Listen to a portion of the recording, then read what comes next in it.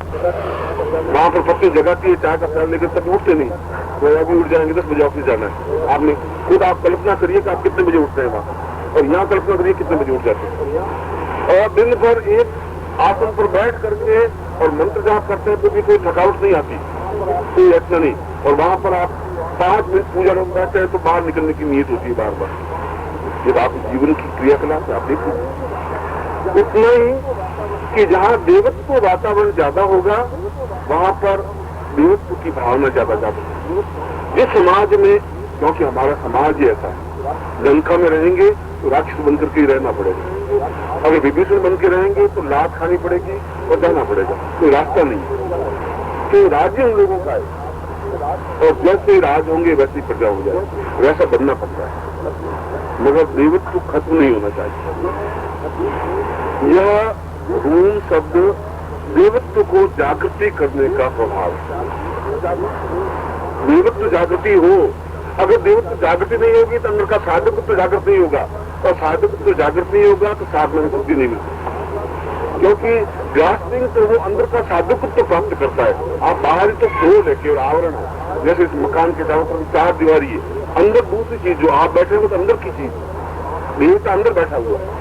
ये चारों तरफ जो है वो तो एक दीवार है, ये शरीर केवल दीवार है, अंदर कोई जो बैठा हुआ है उसके चारों तरफ की सेफ्टी के लिए उस अंदर के देवता को जागृत करने की क्रिया रूम, ये रूम। इसलिए जब मैं कुंडली जागरण में रूम शब्द के उच्चारण के साथ में भस्त्रिका की जाती है, ऐसा बोला जाता है, और उसी ढंग से उसको सांस फेंका जाता है। यहाँ पर तो मैंने केवल सांस फेंकने की क्रिया, सांस लेने की क्रिया ही बताई थी उसकी, बहुत तो पूरा इफेक्ट नहीं होता। मगर जब रूम शब्द के साथ में उसकी ध्वनि करते हैं तो अंदर का देवत्व स्वतः जागृत होने लग जाता है। ये इस शिविर का प्रस्तावित विषय नहीं था, इसलिए मैंने उसको ज्यादा महत्व नहीं दिया। प्रसंग बस उसका जो भी आया वह मैं सुना,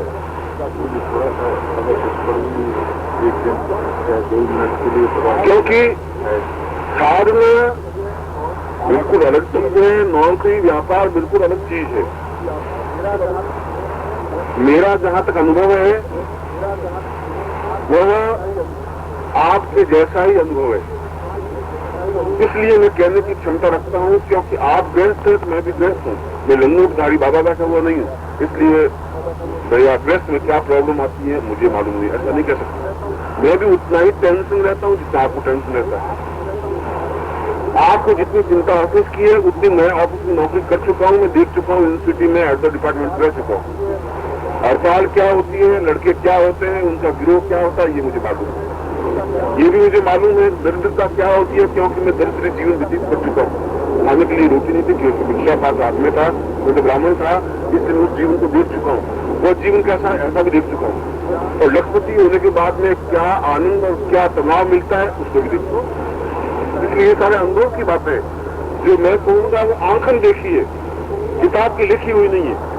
किताब की लिखी हुई बात सत्य भी हो सकती है, असत्य भी हो सकती है, क्योंकि हमने अनुभव नहीं किया। मगर जब मैं कह रहा हूं कि ये आंखन देखी बात है, जीवन के अनुभव की बात है, तो साधना करने के लिए बहुत ज्यादा जरूरी है कि अंदर का साधुत्व जागृत हो। अन्यथा साधना करने का कुछ अर्थ नहीं है। आंख बंद करके बैठने से और माला हाथ में लेने से कुछ नहीं होगा। यह तो एक रास्ता है वहां तक पहुंचने का जहां मैं आपको पहुंचाना चाहता हूं। और साथ ही साथ कि यदि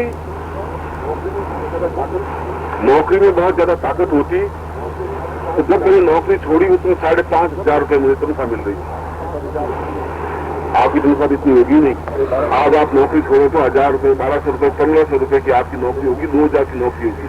मैं यूनिवर्सिटी में 5,500 रुपये मुझे पे थी, और कॉफियों की बीए की रहने की कॉफियां जब आती थी वो इनकम सोर्स अलग थी, और पूरी यूनिवर्सिटी से आते रहते थे, एग्जाम की और काम अलग थे। फिर भी मैंने ये निश्चय कर लिया था कि यह जीवन पूर्णत्व का जीवन नहीं है, यह जीवन है आर्थिक उपार्जन का जीवन है। और सारा समाज और मेरे परिवार वाले मेरे विरुद्ध थे कि आप बिल्कुल पागलपन करें, दशा तुम्हारी खराब आ गई थी, नौकरी छोड़ रहे हो और पछता होगी, जिंदगी भर पछता होगी, फिर मुझे याद करोगे। मैं कहा ये बात सही है। और साल भर तक मेरे मिस्टर झा साहब थे इलाहाबाद के, कोई वाइस चांसलर थे, अमरनाथ झा के बेटे थे, आप नाम सुना होगा। और रसाल जी थे, रमाशंकर शुक्ल रसाल, आपने यूपी में मृत भाषा के कवि थे, वो एडवो डिपार्टमेंट थे, वो थे लीडर। फिर भी मैंने नौकरी इसलिए छोड़ी कि मैं इससे कई गुना ज्यादा अगर कमाना ही महत्वपूर्ण होगा तो साधना से कमा सकता हूं, और व्यापार करके भी देखा है उस रास्ते को भी। आप जो व्यापार कर रहे हैं उससे मैं अच्छे तरह के व्यापार कर चुका हूं, ये भी बता देता हूं, और उसको भी देखा है, और उसमें भी 15-20 हजार 25 हजार रुपए महीने के कमा के देख चुका हूं। मगर मेरा आज अनुभव यह है कि 20 साल तक जो कमाई हो सकती है वो साधना के माध्यम से आधे घंटे में भी कमाई हो सकती है। 20 साल तक आप जूझते रहिए व्यापार में, तो जितना कमाएंगे मैं आपको आधे घंटे में सिद्ध करके बता सकता हूं कि ये आप तोड़ दीजिएगा। अगर कमाना ही जीवन का लक्ष्य है तो उस 20 साल की अपेक्षा ये आधे घंटे का जीवन ज्यादा महत्वपूर्ण है, क्योंकि बाकी 19.5 वर्ष आप अन्य कार्यों में लगा सकते हैं। इसलिए साधनात्मक जीवन का मतलब मेरा ये नहीं है कि आप बिल्कुल साधु बन जाए, भगवान कपड़े पहन ले, सन्यासी बन जाए, मैं ऐसा कुछ नहीं कह रहा हूँ। मैं गृहस्थ को गृहस्थ बनाए रखना चाहता हूँ, मगर मैं ये चाहता हूँ कि जीवन आपका बहुत मूल्यवान है, आपके सामने हीरे बिछे हुए और आप केवल कंकुरों को सुनते हुए जा रहे हैं, और रास्ता बताने के लिए तैयार हूँ, उस रास्ते पर चलने के लिए तैयार हूँ, आपके साथ चलने के लिए तैयार हूँ। और मेरा देखा हुआ रास्ता है कि वह आर्थिक दृष्टि से कई संपन्न, अगर आपको 5-25 लाख रुपए कमाने हैं तो उसके माध्यम से भी कमा सकते हैं, इकट्ठा कर सकते हैं। किसी माँ काली को तो सिद्ध करना, महालक्ष्मी को तो सिद्ध करना है, क्या सिद्धि तो करना है। अब उस सिद्धि में मान लो 4 महीने लगेंगे, 6 महीने लगेंगे, 8 महीने लग जाएंगे, उत्तर द्रव्य तो हो जाएगा। सारा सिद्ध करेंगे तो रोज 200-500 में सोन मिल जाएगी, बहुत बड़ी बात है। और काम होने का मतलब 20,000 रुपए रोज, या 15,000 रुपए या 10,000 रुपए। आप 10,000 रुपए डेली तो कमा नहीं सकते। मैं केवल आपको लालच की बात नहीं कर रहा, मैं कह रहा हूं कि यह जीवन भी उतना ही मूल्यवान है साधनात्मक, मगर आवश्यकता है उसके नियम है कि 10 बजे पैंट कोट टाई लगा करके ऑफिस में जाना और ऑफिस में बैठना और 5 बजे तक बैठना, इसके भी वैसे नियम, इनको आप नेग्लेक्ट नहीं कर सकते। इस साधना के लिए भी उस कुंडलिनी जागरण की जो क्रिया है वह मैंने कुंडलिनी जागरण शिविर में समझाया था, और समझाया था कि अंदर के देवत्व को, अंदर के साधुत्व को भी जागृत किया जा सकता है रूम शब्द से, और उन लोगों ने किया। कितने सफल हुए, कितने असफल हुए, यह तो मैं आपको 365 दिन में केवल 7 दिन तो यहाँ लेता हूँ, 358 दिन आप उन बीच में रहेंगे, व्यक्तियों के बीच में, तो किसका इफेक्ट ज्यादा पड़ेगा वो तो आप सोच सकते हैं। मैं तो केवल 7 दिन मुझे तो मिलते हैं मुश्किल साल भर में, वो भी आप बड़े एहसान करके तो आते हैं, हम गुरुजी आ रहे हैं, हम गुरुजी आ रहे हैं, हम गुरुजी आ रहे हैं, और फिर आते हैं और उसमें भी आपका कितना टाइम कैसा बीत रहा है। ये तो जितना ज्यादा इस जीवन में आप अपने आप को आनंद लेंगे, रस लेंगे, तब इस जीवन का आनंद मिल जाएगा। ये जीवन का एक आनंद है। ये अलग बात है कि आप खाली गिलास को खाली गिलास कहें या आदि भरी हुई कहें, वो तो आपके जीवन की इच्छा है। यह रूम बीज ताकत का, हिम्मत का, जोश का, शक्ति का, साहस का, सामर्थ्य का और देवत्व को जागृत करने का बीज है रूम। और जितने ज्यादा रूम बीज हम जपेंगे उतनी ज्यादा इन गुणों का प्रस्फुटन हमारे अंदर होगा। अगर आप ताकत का मतलब बहुत मोटा ताकत समझते हैं तो गलत है नहीं। ताकत का मतलब है आत्मबल आपका उतना होना चाहिए। मैं 8 घंटे कदमों से लगा के बैठूंगा, मुझे कोई विचलित नहीं कर सकता, और वो बैठ जाता है। यह जो आत्मबल है वो आत्मबल रूम बीज है। अगर रूम बीज ये सब कुछ होता तो फिर दूसरी बार रूम और इसमें देने की जरूरत नहीं थी, फिर इसमें 2 रूम दे दी। एक से काम चल रहा था, जब पूरा आत्मबल, साहस, शक्ति, क्षमता, देवत्व जागृत हो रहा था, तो दूसरा रूम देने की इस मंत्र में जरूरत क्या थी उसको? आखिर कौन को कारण होगा? और दूसरा तांत्रिक जिसको रूम को सबसे किया, इसलिए दोनों दिए, स्त्रीलिंग भी दोनों दिए, एक से चल रहा था काम, दोनों दिए, उसको समझने की जरूरत है। दूसरा पहला रूम है तो दूसरा रूम गो, यह तांत्रिक बीज है। शीघ्र सिद्धि प्राप्त करने के लिए किसी भी साधना में तुरंत सफलता मिल जाए, शीघ्र सफलता मिल जाए, प्रत्यक्ष तो अनुभव हो जाए, इसलिए इसको दूसरे बीज को प्रत्यक्ष बीज कहा गया है। किसी भी देवता को प्रत्यक्ष सिद्ध करने के लिए, वह चाहे भैरव हो, चाहे काली हो, चाहे तारा हो, चाहे और कोई हो, उसको प्रत्यक्ष के लिए भी रींग और रूंग शब्द को बार बार उच्चारण करना पड़ता। केवल उसके सामने रूंग की उच्चारण करें तब भी प्रत्यक्ष सिद्धि के लिए उसी बीज का उच्चारण समाज में किया जाता। यदि आप ये साधना ये करते कि और मुझे कुछ नहीं करना है, महाकाली को प्रत्यक्ष अपनी आंखों से देखना है, तो आंखों से महाकाली को देखने के लिए आपकी आंखें ताकतवान नहीं है कि उस महाकाली के स्वरूप को देख सके। इसलिए कि शास्त्रों में कहा गया है कि देवता का जाज्वल्य, देवता का तेजस्विता, देवता की चमक उतनी है जितनी 1000 सूर्य एक साथ उदय होते हो, उतनी चमक है, ऐसा शास्त्रों में वर्णन। और हमारी आंखें एक सूर्य को भी नहीं देख सकती। अगर हम सूर्य की तरफ ताके तो आंखों में पानी बच जाएगा, आंखें चपचपाएंगी, बंद हो जाएगी। इसका मतलब है कि हमारे चर्म चक्षु कोई काम के नहीं है। उन चर्म चक्षुओं से तो केवल भौतिक और ठोस सॉलिड पिंड देख सकते हैं, हवा को भी नहीं देख सकते, सुगंध को भी नहीं देख सकते, हम देख ही नहीं सकते कुछ भी। हम तो ठोस को, लकड़ी है, पत्थर है, आदमी है, तो उसको देख सकते हैं। आदमी के अलावा भी यहाँ कोई बैठा है तो आप नहीं देख सकते, इसलिए ये आंखें तो काम आएंगी नहीं। उनको देखने के लिए 1000 सूर्य जितने तेजस्विता को देखने के लिए कुछ और आंखों की जरूरत है, जिसको अंतर चक्षु कहा गया है या दिव्य चक्षु कहा गया है।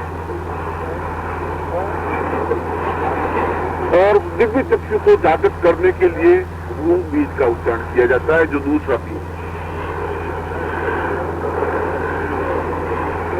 यह प्रत्यक्ष बीज है। प्रत्यक्ष बीज का मतलब है किसी भी सिद्धि, किसी भी देवी, किसी भी देवता को प्रत्यक्ष अपनी आंखों से देखें। इसलिए आंखों में उतनी ताकत पैदा हो जाए कि उन आंखों के माध्यम से हम उस देवता को देख सके, उसके लिए रूंग बीज का उच्चारण किया।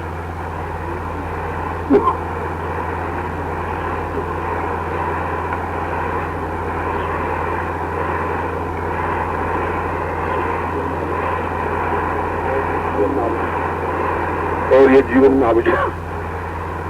अगर हम इस मनुष्य शरीर में आए भी और मनुष्य शरीर में आकर के भी हम अपने जीवन में कुछ देवता के दर्शन नहीं कर सके, हम हमसे कुछ स्तर के जो पिंड है उनको अपने आंखों से देख नहीं सके, तो फिर हमारे जीवन का कुछ महत्व ही नहीं है। ये अलग बात है कि हमें उसका रास्ता नहीं मिले, क्योंकि रास्ता मिलने के बाद भी हम उससे सफलता नहीं प्राप्त कर सके तो हमारी न्यूनता है। और फिर कहा कि रे रे जातक सावधान मनसा मित्र क्षण सूयता मम बहुधा भावो वसंति गगने सर्वे नेता। इस जीवन में सकल पदार्थ है जगमाही, भाग्य बिना नर पावत नहीं। सब कुछ है, उपलब्ध है, हमारी आंखों के सामने है, पहुंच के भीतर है। मगर यदि हम पुरुषार्थहीन हैं, यदि हमें आस्थाहीन है, बस 2 शब्द ही काम आएंगे, पुरुषार्थहीन और आस्थाहीन। यदि आस्था नहीं है तो आप जीवन भर ढूंढते रहिए, आप कुछ नहीं कर पाएंगे। आप शादी करके आइए, आस्था नहीं है पत्नी में, तो जिंदगी भर आपकी लड़ाई झगड़ा होता रहेगा। वो आप पे भरोसा नहीं करेगी, आप उससे भरोसा नहीं करेंगे। भाई भाई में डिफरेंस क्यों पैदा होता है? आस्था नहीं है। बेटे में और पिता में इतने मतभेद पैदा हो जाते हैं, विश्वास नहीं है, आस्था नहीं है। इसलिए आस्था पहले तो साधना में आस्था हो और फिर पुरुषार्थ हो, पौरुषता हो, आप में प्राण चेतना हो। इसलिए इन दोनों बीजों का समावेश किया गया, जिससे कि साधक अपनी आंखों से उस महाकाली के अत्यंत सम्मोहक रूप को देख सके। यह रूप अत्यंत सम्मोहक है, अत्यंत आनंददायक है, क्योंकि कुपुत्र हो जाए तब कुछ समाधान माँ है। जब हमने माँ को कैसे समुदित कर दिया, उसकी तो कोई मिसाल ही नहीं है। हमें जीवन में दर्शन हो जाए माँ के और माँ के चरणों में बैठ जाए, इससे ज्यादा और जीवन में चाहिए भी। ओम परम तत्वाय नारायणाय गुरुभ्यो नमः। ओम ह्रीं मम प्राण देह रोम प्रतिरोम चैतन्य जाग्रय ह्रीं ओम नमः। ओम भूर्भुवः स्वः तत्सवितुर्वरेण्यं भर्गो देवस्य धीमहि धियो यो नः प्रचोदयात्।